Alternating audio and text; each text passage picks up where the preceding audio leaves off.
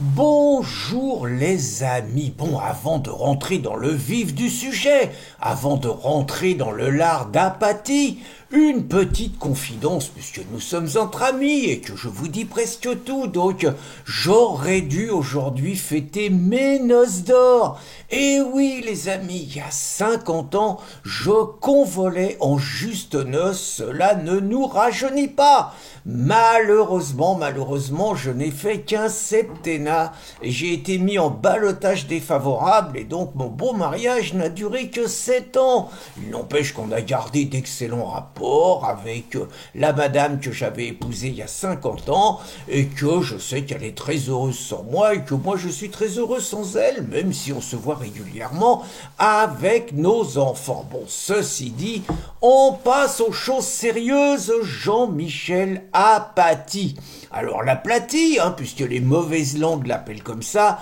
l'Apathy, il a un petit problème avec la France, c'est qu'il profite bien de la France, mais il déteste ce pays. Parce que il est de culture socialiste, gauchisante, wokiste, et qu'il considère que l'ensemble de la France c'est une succession de crimes coloniaux, que c'est une succession de guerres, que nous sommes un pays raciste qui persécute les musulmans, et donc il passe son temps à nous cracher dessus. Alors ça avait commencé par le château de Versailles, il s'était vanté sur un plateau de télévision de dire que s'il était au pouvoir un jour, il ferait raser le château de Versailles, rien de moins, parce qu'il incarne quelque part une image de la France qu'il déteste, et il sert quelque part de faire valoir à ceux qui continuent sur les plateaux de télévision, tels des Philippe de Villiers ou des Éric Zemmour, à vanter la grandeur de la France et à vanter toute son histoire et tout ce que le monde doit à notre pays. Donc il avait commencé par ça.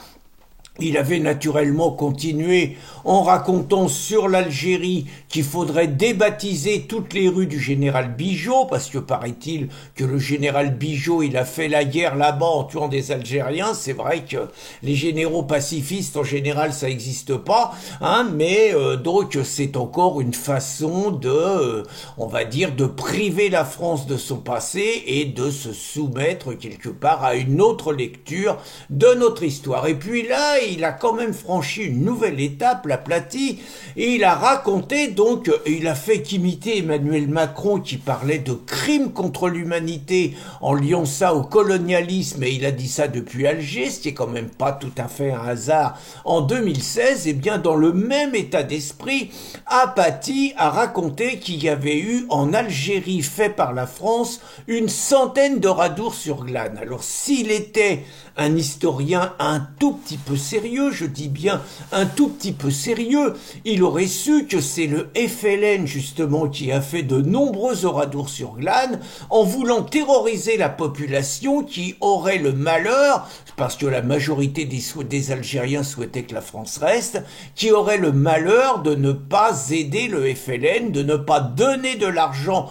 à l'impôt de guerre et de vouloir soutenir les Français. Il y a eu des nombreux villages où des massacres abominables ont eu lieu et contre les Algériens, et d'autre part on ne parlera pas du crime contre les Harkis et de la barbarie des crimes du FLN contre les Français. Ça il ne connaît pas, mais il invente une histoire où nous aurions fait une centaine de Radour-sur-Glane. Comparons donc, ce qui est quand même assez sympathique, nos militaires à des nazis, rien de moins. Alors peut-être un petit détail supplémentaire, c'est qu'en 1830, quand la France est arrivée, il n'y avait même pas 2 millions d'habitants en Algérie, et que quand la France est repartie en 1962, il y en avait 8 millions, un peu plus de 8 millions, 9 millions. Donc la population multipliée par 5 pour un pays qui a commis des génocides et plein de Radour-sur-Glane, il faut m'expliquer. Alors ça a quand même suscité un tout petit peu d'émotion, ça a couiné, alors que Macron, je répète, a dit la même chose et que des crétins de Français ont voté pour lui. Mais donc là, ça a couiné et la direction d'RTL s'est sentie obligée de faire quelque chose, surtout qu'Apathy, à la rigueur, ça m'étonne pas, mais a refusé de s'excuser. Donc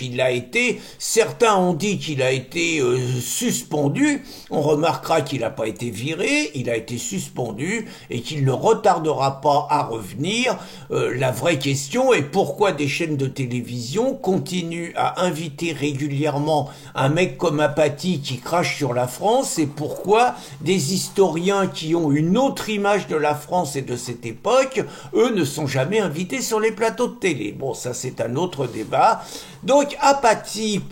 qui refuse de s'excuser, et c'est le cœur de la vidéo que je veux vous faire aujourd'hui, contre-attaque en expliquant. Et il prend un parallèle particulièrement sournois, c'est-à-dire qu'il compare Dieudonné et Soral d'un côté, et Éric Zemmour et Geoffroy Lejeune de l'autre. Et pour justifier sa tortueuse démonstration, en gros, il essaye de nous dire qu'en France, on n'a pas le droit de critiquer les Juifs, mais que, et là on est viré des chaînes depuis 15 ans, ce qui est le cas de Soral et Dieudonné, mais que par contre, quand on critique les musulmans, comme c'est le cas, dit-il, d'Éric Zemmour et de Geoffroy Lejeune, là on est promu, Éric Zemmour sur tous les plateaux télé, et Geoffroy Lejeune à la tête du journal du dimanche. Alors c'est intéressant à creuser. Effectivement, le fait que moi je fais partie de ceux qui sont contre le traitement subi par Dieudonné et contre le traitement subi par Soral. Et pour autant, je suis en désaccord total avec les propos qu'il véhicule. Mais pour autant, je considère que ça fait partie de la liberté d'expression et que c'est pas en les interdisant et en les persécutant qu'on montrera qu'ils ont tort. D'autre part, je ferai remarquer qu'Apathy ne s'indigne pas que quelqu'un comme Michel Onfray, mais aussi toute la sphère patriotique, ne soit jamais invité sur les médias de propagande du service public, où par contre, lui, il a son rang de serviette. Cela ne lui pose pas de problème. Mais je vais revenir sur le fond du truc. Donc, je ferai remarquer que Dieudonné et Soral se sont distingués, non pas par la critique de la religion juive, mais par une critique assez forte sur les juifs, sur le complot juif, sur l'international sioniste qui serait à la tête, je ne sais pas s'il faut dire d'un complot, mais en tout cas qui serait à la tête du monde et qui manipulerait tout, et le sionisme serait derrière tout et serait le pire des maux. Encore une fois, donc il n'est pas rentré dans la critique de la religion, mais il est rentré dans la critique ouverte, des juifs, peut-être pas de tous les juifs, de l'élite juive et tout, hein, c'est quand même, alors que lui interdit qu'on critique les musulmans et l'islam. Alors c'est d'autant plus vicelard et mensonger qu'il cite Éric Zemmour et Geoffroy Lejeune. Or, Éric Zemmour a été condamné en 2012, c'est même pas 2010, il a été condamné en 2012 pour avoir dit que la plupart des trafiquants étaient des Noirs et des Arabes. Je veux dire, il n'y a rien à voir avec les musulmans. Il a simplement dit que la plupart des trafiquants de drogue étaient des Noirs et des Arabes. Il a été condamné pour ça, pour incitation à la haine, alors que les faits, 10 ans plus tard, 15 ans plus tard, prouvent que ce qu'il a dit était incontestable quand on voit aujourd'hui l'ensemble des points de deal qui existent en France. Il attaque d'autre part Éric Zemmour en disant qu'il a tenu des propos jugés racistes parce qu'il a dit à Absatoussi, qui était très agressive avec lui par ailleurs, que son prénom était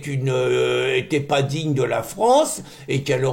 sa mère aurait dû l'appeler, je sais plus si c'est Nicole ou Corinne, un truc comme ça. Bon, il n'y a rien à voir encore une fois avec l'islam et les musulmans. Absatoussi est pas musulmane. Et quand il cite l'exemple de Geoffroy Lejeune, je veux dire, Geoffroy Lejeune a été condamné comme directeur de publication de Valeurs Actuelles de manière absolument scandaleuse, je parle de la condamnation, hein, pour avoir dessiné Obono en esclave dans une fiction, alors que pendant toutes les vacances, ils font un ensemble de fictions historiques où ils avaient représenté Éric Zemmour en Napoléon. Et dans cette fiction,